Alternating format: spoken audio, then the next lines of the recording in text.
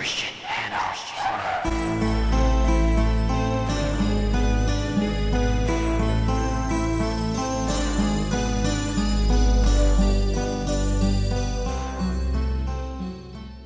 All right, ladies and gentlemen, Christian Hannah Horror here. We got Tommy back. I had to track him down. He was in the further, I think, and he finally woke up and we got him out. But he's here for the juggernaut of the year 2003 in horror, right? Absolutely. It was tough year to decide, wasn't it? So we're gonna attempt to try to pick our top 5, but it really could be a top 10 list easy because God, there was some really good hard hitters, and I don't know if you would call it a transitional year. I think you would just call it a good year for horror, right? So, Tommy, we're going to start out with you. We're going to come in with your number 5 horror movie, and this is going to be the first one, so make it a good one. Okay, 2003, I had been using Netflix for a few years, and I ran across this movie, a British horror movie called The Last Horror Movie. It's a found footage film that follows a serial killer, basically, as he's talking about how and why he does what he does.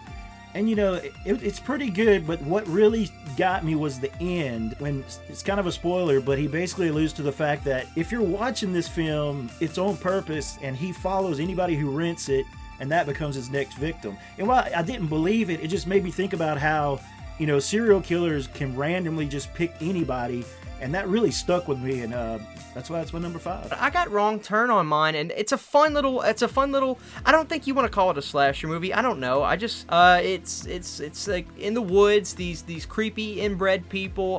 My buddy Devin Briscoe. I'm sure if he watches this, he remembers. But it was a pretty well done, little low budget horror movie with some creepy inbred sons of guns and personality in some of them. There was one guy. I don't know if you would have called him the leader, but you would see him up in the trees and stuff, and he had the high pitched laugh.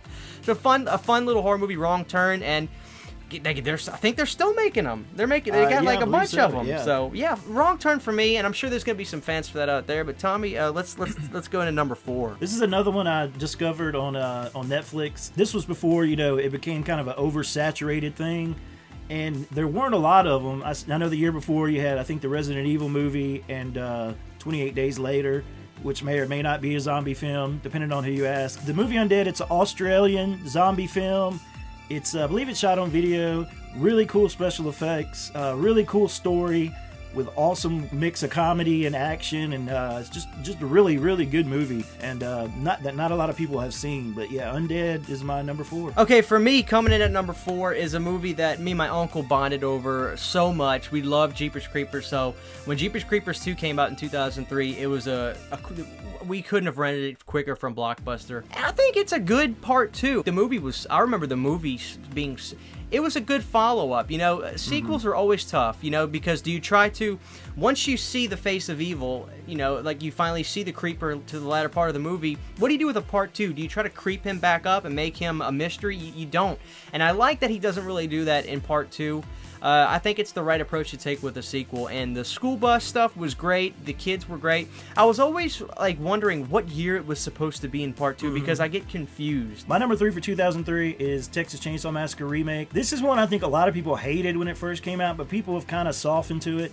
But I've always enjoyed it. I've always thought it was a fun movie. It doesn't replace the original, but it still has that same feel of just, you know, the southern summer and in Texas, and I just really think it's a fun movie that I think a lot of people have really started to enjoy more the past few years. My number 3 is Freddy vs. Jason, and some people may be appalled that it's on the list. Some people may be appalled that it's not higher. Look, Freddy vs. Jason to me is, I don't know, I hate to just use the simple word of fun, but I don't really know what else to put it. I don't watch Freddy vs. Jason to get an emotional high, if you will, and I don't watch Freddy vs. Jason to be scared. I watch Freddy vs. Jason to just have a laugh and see something action-packed, because quite honestly, Freddy vs. Jason has more action than some of the latter Stallone movies that I've seen, and I just think it's well made. Well made in terms of production. I'm not going to say that it's the greatest story ever told that you could have told with Freddy vs. Jason. Quite honestly, I wish the film had been made 10 years prior, maybe a year after Jason Goes to Hell. Maybe it would have had more of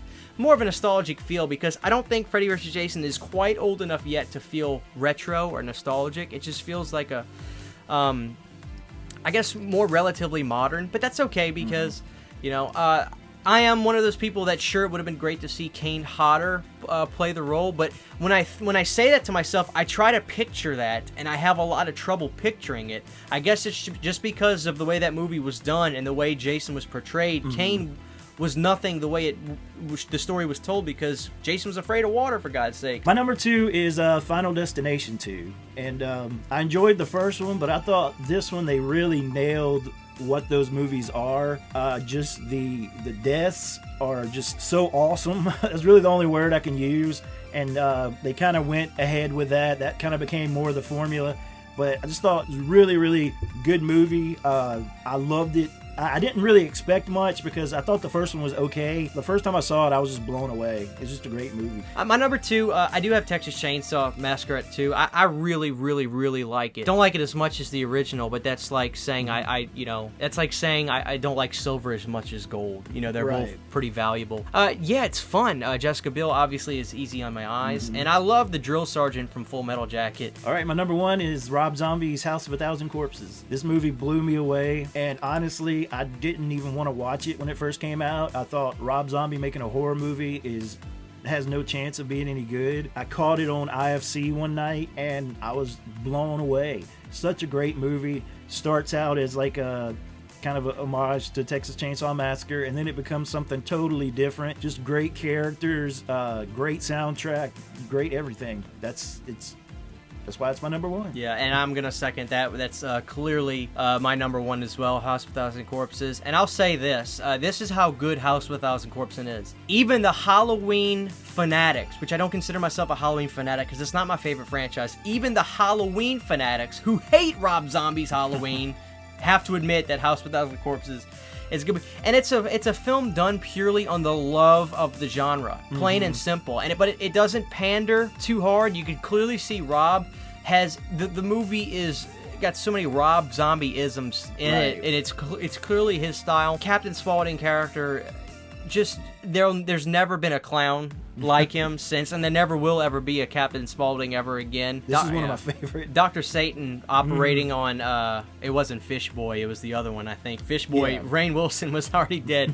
But Dr. Satan, that scene is just like, I'm like, what the heck is going on in here? 03, horror movies are going to get, not necessarily different, but I don't know, the mid-2000s, I think we're going to start creeping into the exorcism type movies again, I think.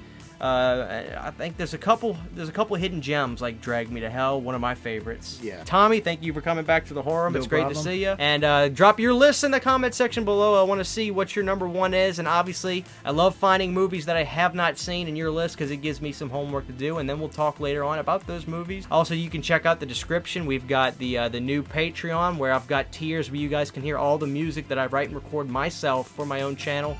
And you can also check out the Teespring. We've got Christian Hannah Horror gear, and you can rock your Christian Hannah Horror shirt wherever you go. Chili's, Applebee's, Saltgrass Steakhouse. That might be a southern regional thing. Longhorn, that's probably another southern regional thing. Any other restaurants you can think of, Tommy? What's something up north for the Yankees? I don't know. Okay, there we go. Yeah, I don't know cafe. Thank you guys for watching, and we'll see you next time.